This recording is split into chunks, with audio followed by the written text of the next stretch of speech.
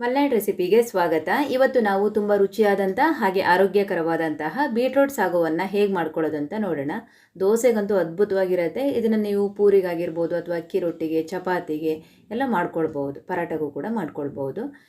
ಯಾವಾಗಲೂ ಒಂದೇ ರೀತಿ ಸಾಗು ತಿಂದು ಬೇಜಾರಾದಾಗ ಅಥವಾ ಬೀಟ್ರೋಟ್ ತಿನ್ನಲ್ಲ ಅನ್ನೋರು ಕೂಡ ಈ ರೀತಿ ರೆಸಿಪಿಯನ್ನು ಮಾಡ್ಕೊಳ್ಬೋದು. ಕ್ವಿಕ್ಕಾಗಿ ಮಾಡ್ಕೊಳ್ಬೋದು, ತುಂಬ ಚೆನ್ನಾಗಿರುತ್ತೆ ಕೂಡ. ಸೊ ತಡ ಯಾಕೆ, ಮಾಡೋದು ಹೇಗೆ ಹಾಗೆ ಏನೇನು ತೊಗೊಂಡಿದ್ದೀವಿ ಅಂತ ನೋಡೋಣ. ಮೊದಲಿಗೆ ಸ್ವಲ್ಪ ಮಸಾಲವನ್ನು ಹುರ್ಕೊಳ್ಳೋದಕ್ಕೆ ಒಂದು ಕಡಾಯಿಗೆ 1 ಟೇಬಲ್ ಸ್ಪೂನ್ ಎಣ್ಣೆ ಹಾಕಿ, ಎಣ್ಣೆ ಬಿಸಿ ಆಗ್ತಿದ್ದಂಗೆ ಒಂದು ಏಲಕ್ಕಿಯನ್ನು ಸೇರಿಸ್ಕೊಳ್ಳೋಣ. ಹಾಗೆ ಒಂದು 4 ಲವಂಗ, 1.5 ಇಂಚ್ 2 ಇಂಚ್ ಆಗುವಷ್ಟು ಚಕ್ಕೆ, ಹಾಗೆ ಅರ್ಧ ಟೀ ಸ್ಪೂನ್ ಆಗುವಷ್ಟು ಸೋಂಪು ಕಾಳು, ಹಾಗೆ ಒಂದು 10 ಕಾಳು ಮೆಣಸನ್ನು ಸೇರಿಸ್ಕೊಂಡು ಇದಕ್ಕೆ ಒಂದು ದೊಡ್ಡದಾಗಿರುವಂಥ ಈರುಳ್ಳಿಯನ್ನು ಸ್ವಲ್ಪ ದಪ್ಪದಾಗಿ ಹೆಚ್ಚಿಕೊಂಡು ಸೇರಿಸ್ಕೊಂಡು ಸೊ ಇದನ್ನು ಚೆನ್ನಾಗಿ ಫ್ರೈ ಮಾಡ್ಕೊಳ್ಬೇಕು. ಇಲ್ಲಿ ಮಸಾಲ ಪದಾರ್ಥವನ್ನು ಹೆಚ್ಚು ಕಡಿಮೆ ಕೂಡ ಹಾಕ್ಕೊಳ್ಬೋದು. ಫ್ಲೇವರ್ ಜಾಸ್ತಿ ಇಷ್ಟಪಡೋರು ಇನ್ನು ಜಾಸ್ತಿ ಕೂಡ ಹಾಕ್ಕೊಳ್ಬೋದು. ಚೆನ್ನಾಗಿ ಈರುಳ್ಳಿ ಫ್ರೈ ಆದ ನಂತರ ಇದಕ್ಕೆ ಒಂದು 4 ರಿಂದ 5 ಬ್ಯಾಡಗಿ ಮೆಣಸಿನ್ಕಾಯಿ ಹಾಕ್ಕೊಂಡಿದ್ದೀನಿ. ನೀವು ಗುಂಟೂರಾದರೂ ಹಾಕ್ಕೊಳ್ಬೋದು. 1 ಗಡ್ಡೆ ಬೆಳ್ಳುಳ್ಳಿ, ಹಾಗೆ 1 ಇಂಚ್ ಆಗುವಷ್ಟು ಹಸಿ ಶುಂಠಿಯನ್ನು ಕೂಡ ಸೇರಿಸ್ಕೊಂಡು ಚೆನ್ನಾಗಿ ಫ್ರೈ ಮಾಡ್ಕೊಳ್ಳಿ. ಇಲ್ಲಿ ನಾನು ಜಾಸ್ತಿ ಖಾರ ಬೇಡ ಅನ್ನೋ ಕಾರಣಕ್ಕೆ ನಾನಲ್ಲಿ ಬ್ಯಾಡಗಿ ಮೆಣಸಿನ್ಕಾಯನ್ನು ಬಳಸಿದ್ದೀನಿ. ನೀವು ಖಾರ ಇಷ್ಟಪಡೋರು ಸ್ವಲ್ಪ ಗುಂಟೂರು ಮೆಣಸಿನ್ಕಾಯಿ, ಸ್ವಲ್ಪ ಬ್ಯಾಡಗಿ ಮೆಣಸಿನ್ಕಾಯಿ ಈ ರೀತಿ ಮಿಕ್ಸ್ ಆದರೂ ಮಾಡಿ ಹಾಕ್ಕೊಳ್ಬೋದು. ತದನಂತರ ಇದಕ್ಕೆ 2 ಟೊಮೆಟೊವನ್ನು ಸಣ್ಣದಾಗಿ ಹೆಚ್ಚಿಬಿಟ್ಟು ಸೇರಿಸ್ಕೊಳ್ತಾ ಇದ್ದೀನಿ. ಮಧ್ಯಮ ಗಾತ್ರದ್ದು, ದೊಡ್ಡದಾದರೆ 1 ಸಾಕು. ಚೆನ್ನಾಗಿ ಈ ರೀತಿ ಫ್ರೈ ಮಾಡ್ಕೊಳ್ಳಿ. ಟೊಮೆಟೊ ಹಾಕಿದ ಮೇಲೆ ಉಪ್ಪು ಹಾಕ್ಕೊಳ್ಬಾರ್ದು, ಹಾಗೆ ಫ್ರೈ ಮಾಡ್ಕೊಳ್ಬೇಕು. ಉಪ್ಪು ಹಾಕಿದರೆ ಸ್ವಲ್ಪ ನೀರು ಬಿಟ್ಕೊಳ್ಳುತ್ತೆ, ಅದಕ್ಕೋಸ್ಕರ. ಚೆನ್ನಾಗಿ ಇಷ್ಟು ಫ್ರೈ ಆದ ನಂತರ ಇವಾಗ ಫ್ಲೇಮ್ ಆಫ್ ಮಾಡಿಬಿಟ್ಟು ಸ್ವಲ್ಪ ತಣ್ಣಗಾದ ಮೇಲೆ ಒಂದು ದೊಡ್ಡ ಮಿಕ್ಸರ್ ಜಾರಿಗೆ ಸೇರಿಸ್ಕೊಳ್ಳೋಣ. ತದನಂತರ ಇದಕ್ಕೆ ಅರ್ಧ ಕಪ್ ಆಗುವಷ್ಟು ಹಸಿ ತೆಂಗಿನಕಾಯಿ ಚೂರನ್ನು ಸೇರಿಸ್ಕೊಳ್ತಾ ಇದ್ದೀನಿ. ಸಣ್ಣ ತೆಂಗಿನಕಾಯಲ್ಲಿ ಅರ್ಧ ಭಾಗದಷ್ಟು ತೆಂಗಿನಕಾಯಿ, ಹಾಗೆ 1 ಟೇಬಲ್ ಸ್ಪೂನ್ ಆಗುವಷ್ಟು ಹುರುಗಡ್ಲೆ, ಒಂದು ಅರ್ಧ ಹಿಡಿ ಆಗುವಷ್ಟು ಕೊತ್ತಂಬರಿ ಸೊಪ್ಪು, ಎಳೆ ದಂಟು ಸಮೇತವಾಗಿ ಸೇರಿಸ್ಕೊಳ್ಳಿ, ರುಚಿ ಚೆನ್ನಾಗಿರುತ್ತೆ.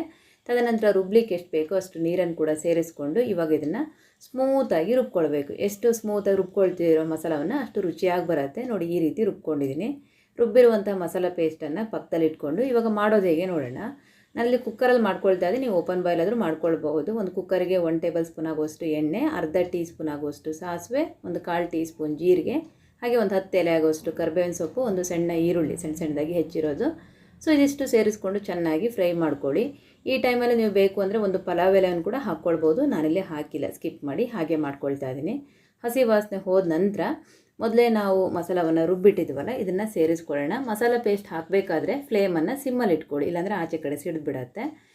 ತದನಂತರ ಇದಕ್ಕೆ ಒಂದು ಅರ್ಧ ಟೇಬಲ್ ಸ್ಪೂನ್ ಆಗುವಷ್ಟು ಧನಿಯಾ ಪುಡಿಯನ್ನು ಸೇರಿಸ್ಕೊಂಡು ಸಣ್ಣ ಉರಿಯಲ್ಲಿ ಒಂದು 2 ನಿಮಿಷ ಈ ರೀತಿ ಫ್ರೈ ಮಾಡ್ಕೊಳ್ಬೇಕು. ಇನ್ ಕೇಸ್ ನಿಮ್ಮ ಮನೆಗಳಲ್ಲಿ ಧನಿಯಾ ಪುಡಿ ಇಲ್ಲ ಅನ್ನೋರು ಮಸಾಲ ನಾವು ಹುರಿದಿದ್ವಲ್ಲ, ಚಕ್ಕೆ ಲವಂಗ ಈರುಳ್ಳಿ ಎಲ್ಲ ಹುರಿಯೋ ಟೈಮಲ್ಲೇ 1 ಟೇಬಲ್ ಸ್ಪೂನ್ ಆಗುವಷ್ಟು ಧನಿಯಾ ಕಾಳನ್ನು ಕೂಡ ಹಾಕಿಬಿಟ್ಟು ಹುರ್ಕೊಳ್ಬೋದು. ಚೆನ್ನಾಗಿ ಫ್ರೈ ಆದ ನಂತರ ಇಲ್ಲಿ ಅರ್ಧ kg ಆಗುವಷ್ಟು ಬೀಟ್ರೋಟನ್ನು ಸಿಪ್ಪೆ ತೆಗೆದು ತೊಳೆದು ಈ ರೀತಿ ಸಣ್ಣದಾಗಿ ಹೆಚ್ಚಿಬಿಟ್ಟು ಸೇರಿಸ್ಕೊಳ್ತಾ ಇದ್ದೀನಿ.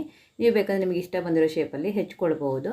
ತದನಂತರ ಒಂದು 2.5 ಕಪ್ ಆಗುವಷ್ಟು ನೀರನ್ನು ಮಿಕ್ಸರ್ ಜಾರಿಗೆ ಹಾಕಿ ಆ ಮಿಕ್ಸರ್ ಜಾರನ್ನು ತೊಳೆದ್ಬಿಟ್ಟು ಕೂಡ ಆ ನೀರನ್ನು ಸೇರಿಸ್ಕೊಳ್ತಾ ಇದ್ದೀನಿ. ನೋಡಿ, ನೀಟಾಗಿ ಮಿಕ್ಸ್ ಮಾಡಿ ನೋಡ್ಕೊಳ್ಳಿ. ಒಂದೇ ಸರಿ ನೀರನ್ನು ಸುರ್ಕೊಳ್ಬೇಡಿ. ತೀರಾ ತೆಳುವಾಗಿ ಸಾರು ರೀತಿ ಆಯಿತು ಅಂದರೂ ಚೆನ್ನಾಗಿರೋದಿಲ್ಲ. ಹದವಾಗಿ ಸ್ವಲ್ಪ ಗಟ್ಟಿಯಾಗೇ ಇರಬೇಕು. ಇಷ್ಟು ಹದವಾಗಿ ಬಂದಿದೆ ನೋಡಿ. ಇದಕ್ಕೆ ಇವಾಗ ರುಚಿಗೆ ಎಷ್ಟು ಬೇಕೋ ಅಷ್ಟು ಉಪ್ಪನ್ನು ಸೇರಿಸ್ಬಿಟ್ಟು ಇವಾಗ ನೀಟಾಗಿ ಮಿಕ್ಸ್ ಮಾಡ್ಕೊಳ್ತಾ ಇದ್ದೀನಿ. ಈ ಟೈಮಲ್ಲಿ ನೀವು ಉಪ್ಪು ಖಾರವನ್ನೆಲ್ಲ ಚೆಕ್ ಮಾಡಿಕೊಂಡು ಬೇಕು ಅಂದರೆ ಹಾಕ್ಕೊಳ್ಬಹುದು. ಇಷ್ಟೇ ಇದು. ಕೊನೆಯಲ್ಲಿ ನಾವು ಲಿಡ್ಡನ್ನು ಕ್ಲೋಸ್ ಮಾಡಿ ಫ್ಲೇಮನ್ನು ಮೀಡಿಯಮಲ್ಲಿ ಇಟ್ಟು 2 ವಿಸಲ್ ತೊಗೊಂಡ್ರೆ ಸಾಕು. ಚೆನ್ನಾಗಿ ನಮಗೆ ಬೀಟ್ರೋಟು ಬೇಯುತ್ತೆ. ನಾನು 2 ವಿಸಲ್ ತೊಗೊಂಡಿದ್ದೀನಿ. ತೀರಾ 3 ವಿಸಲ್ ಆಯಿತು ಅಂದ್ರೂ ತೊಂದರೆ ಇಲ್ಲ, ಯಾಕಂದರೆ ಬೀಟ್ರೋಟು ಕರಗುವಂಥ ತರಕಾರಿ ಅಲ್ಲ, ಅದಕ್ಕೋಸ್ಕರ. 2 ವಿಸಲ್ ಆಯಿತು. ಇವಾಗ ಕೆಳಗೆ ಇಳಿಸಿಟ್ಟು ಒಂದು 10 ರಿಂದ 15 ನಿಮಿಷ ಬಿಟ್ಟು ಓಪನ್ ಮಾಡಿ ನೋಡಿದಾಗ ನಮಗೆ ರುಚಿಯಾದಂತಹ ಬೀಟ್ರೋಟ್ ಸಾಗು ರೆಡಿ. ಇದು ಇನ್ನು ನಿಮಗೆ ರಿಚ್ಚಾಗಿ ಬೇಕು ಅಂದರೆ ಮಸಾಲೆ ರುಬ್ಬಬೇಕಾದ್ರೆ ಸ್ವಲ್ಪ ಗೋಡಂಬಿ ಹಾಕ್ಕೊಳ್ಬೋದು ಅಥವಾ ಗಸಗಸೆ ಹಾಕ್ಕೊಳ್ಬೋದು. ನಾನು ಗೋಡಂಬಿ ಮತ್ತು ಗಸಗಸೆ ಏನು ಹಾಕ್ದೇನೆ ರೆಗ್ಯುಲರಾಗಿ ನಾನು ಮನೆಗಳಲ್ಲಿ ಯಾವ ರೀತಿ ಮಾಡ್ತೀನೋ ಅದೇ ರೀತಿ ಮಾಡಿ ತೋರಿಸಿದ್ದೀನಿ. ಸೊ ಇವಾಗ ಸರ್ವ್ ಮಾಡ್ಕೊಳ್ಳೋಣ. ನಾನಿಲ್ಲಿ ಮೆಂತ್ಯ ದೋಸೆ ಜೊತೆಗೆ ಸರ್ವ್ ಮಾಡಿದ್ದೆ, ತುಂಬ ಚೆನ್ನಾಗಿತ್ತು. ಸೆಟ್ ದೋಸೆ ಆಗಿರ್ಬೋದು, ಮೆಂತ್ಯ ದೋಸೆ ಆಗಿರ್ಬೋದು, ಅಥವಾ ಪೂರಿ ಚಪಾತಿ ಪುಲ್ಕ ಯಾವುದ್ರ ಜೊತೆಗಾದರೂ ಸರ್ವ್ ಮಾಡ್ಬೋದು. ಬಿಸಿ ಬಿಸಿ ಅನ್ನಕ್ಕೂ ಕೂಡ ಕಲಿಸ್ಕೊಂಡು ತಿನ್ನಲಿಕ್ಕೆ ಚೆನ್ನಾಗಿರುತ್ತೆ.